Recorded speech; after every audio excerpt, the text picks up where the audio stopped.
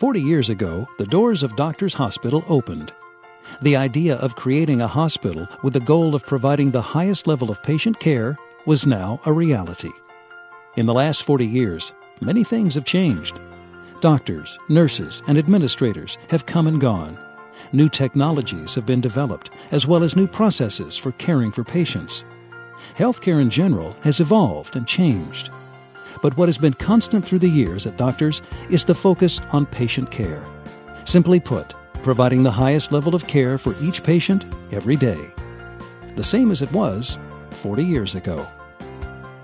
I was here 31 years from the time the hospital opened in November of 1973 until January of 2005.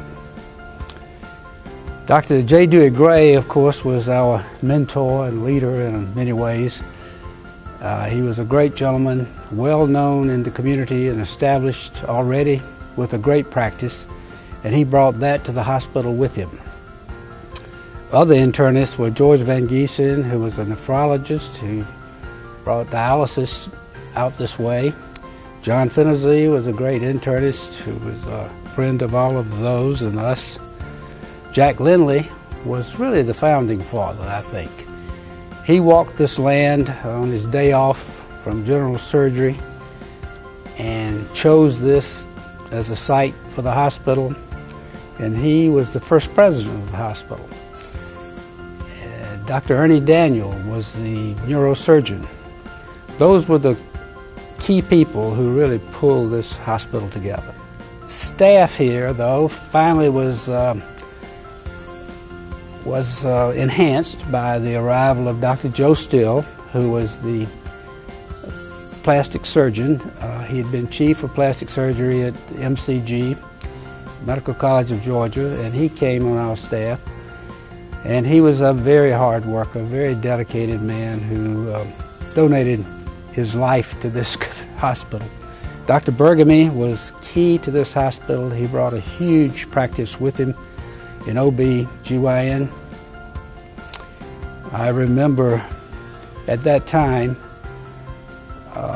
probably 5 days a week, he would begin the day doing 2 hysterectomies and 2 DNCs, and then he had to go do his office work and deliver babies. He was a great contributor to our success. I would say more has stayed the same than has changed. And that, when I say that, I mean that when Dr. Steele hired me, the last thing he told me during the interview was, he said, "Tom, if you put patients first every time, you'll be a success." And I've always remembered that. If you put patients first, everything else falls into place. And I've always felt and lived by that philosophy. And so I don't think that will ever change. And we'll continue to be a success as long as we do that. Well, I used to remember when J. Dewey Gray used to walk the halls after he'd go out in the front of the hospital and cut him a rose from the rose garden and put it in his lapel of his jacket. And he'd come through accounting and visit with everyone that go up to administration, and then just go out and mingle throughout the hospital. And that was sweet. It was like just a great big family atmosphere, which it still is.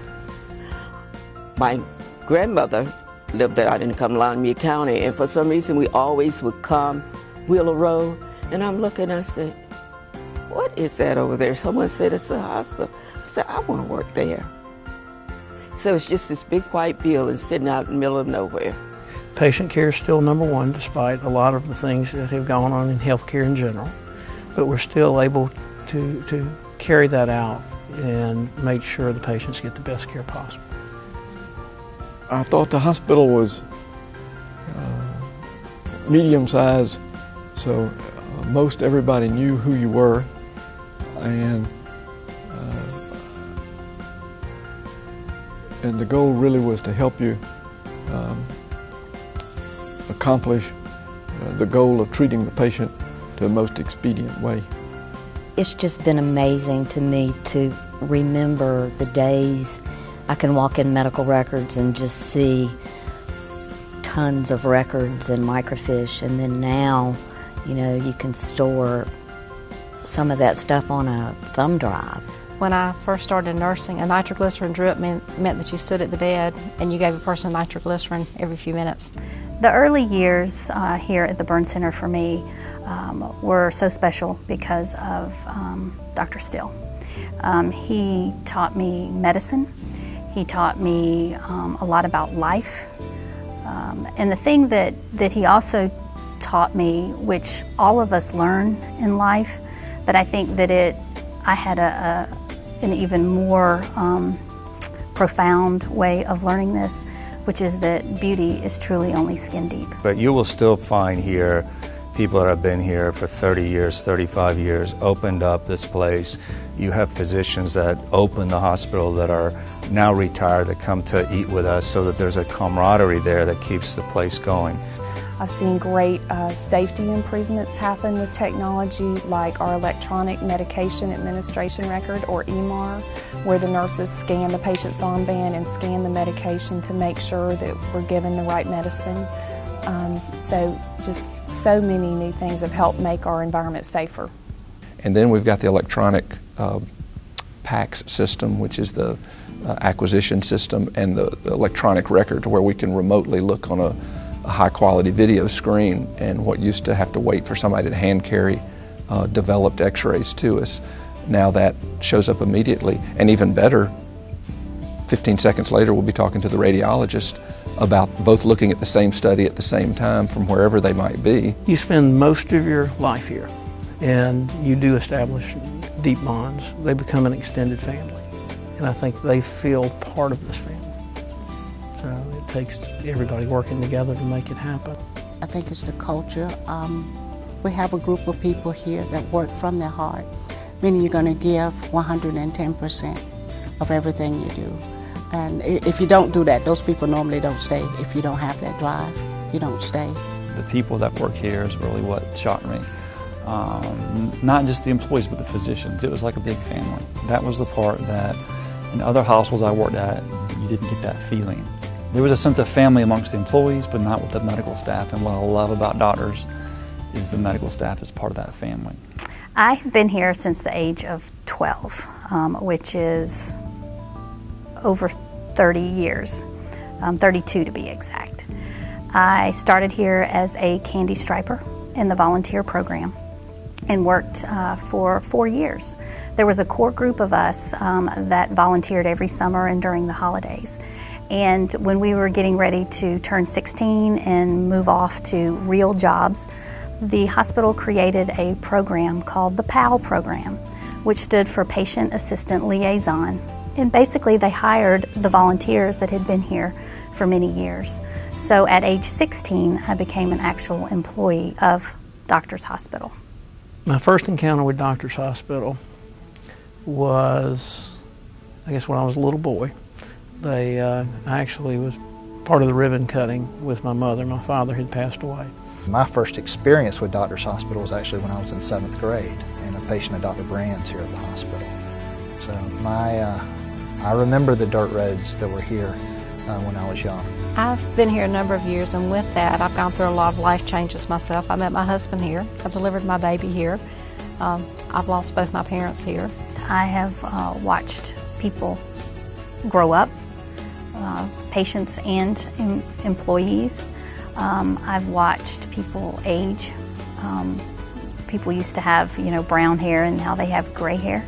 Fortunately, we have a women's center that is, to me, spectacular. It's top notch here in the community. I think it's the premier center, all geared towards family-based deliveries, mother-baby type of bonding and family bonding. So it went from being wheeling to the delivery room and rushing to something very, very different now, very personal.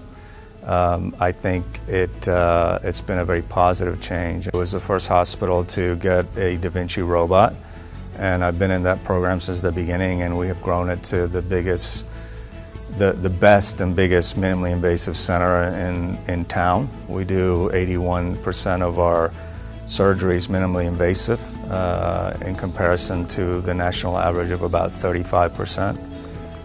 And we're very proud of that. If you do the right thing, the people will come, and they really are. We broke a record last month for deliveries, a hospital record. I think if you go back and look at the last 4 or 5 years, we're the fastest growing hospital in the area. But I have a special request. And I said, I'll be glad to help you. What can I do for you? And he said, our anniversary's today, and his wife was the patient. And he said, unfortunately, with her condition, this is probably going to be our last anniversary together. And would you sing happy anniversary to my wife for me? And I did. And it was a very emotional, tender moment, not just for the family member, but for me as well. That was a very special memory. The one memory of mine from the last 10 years is probably the same one many people would think about, and that's February 7th of 2008, the sugar refinery explosion in Savannah, when really you saw what this hospital was all about. It rallied across all lines, across all walks of life. This hospital came alive and took care of a very desperate situation. It was the largest mass casualty event since 9/11 at the time to descend upon one hospital. And for 3 or 4 straight days, the staff here worked tirelessly to take care of these patients and did an excellent job of it. There's no place like Doctors Hospital. It's home. It's home to a lot of folks, and I think that everybody that comes in to work with us and the patients that come for our care quickly realize that they've come home when they come here. This was a memento that was given to the people who came to the opening ceremony in November 1973. This was a pewter mug with instructions on how to cure it and take care of it and that sort of thing. And as you can see, it says DHA, Doctors Hospital of Augusta, grand opening 1973. It does say October 1973, but that's because we had to delay the opening a month in order to get all of our licenses and permits in place. But we did it and opened in November.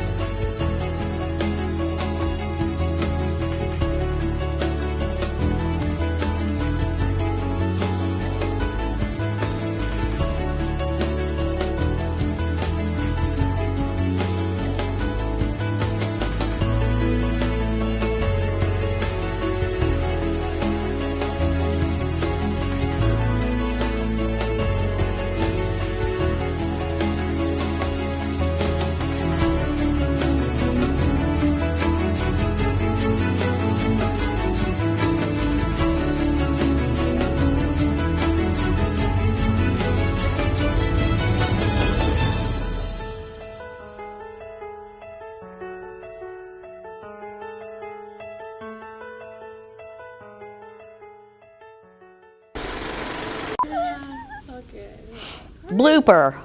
Then on down the line, well, excuse me, cut me off. Y'all start over with that part. Let me see. Field of burn care that you're learning. Yeah, okay, about that. In the burn, in the field. Put that on tape. Just kidding. From the very beginning. My name is Doug Welch. I'm the CEO. Could there be a new technology that we might use? Oh, I should have said my name is. Yeah, my name is. And, Our turnovers, let's see. Oops, sorry about that, guys.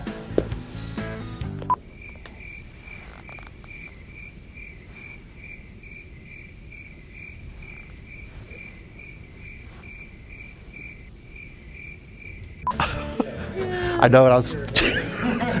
I saw you turn up. Stop it. It was, I'm sorry. Yeah, go ahead. This office, I can't talk. I'm getting too nervous.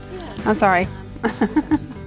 But you have to remember, I worked in a laboratory around formalin, which I think preserved me.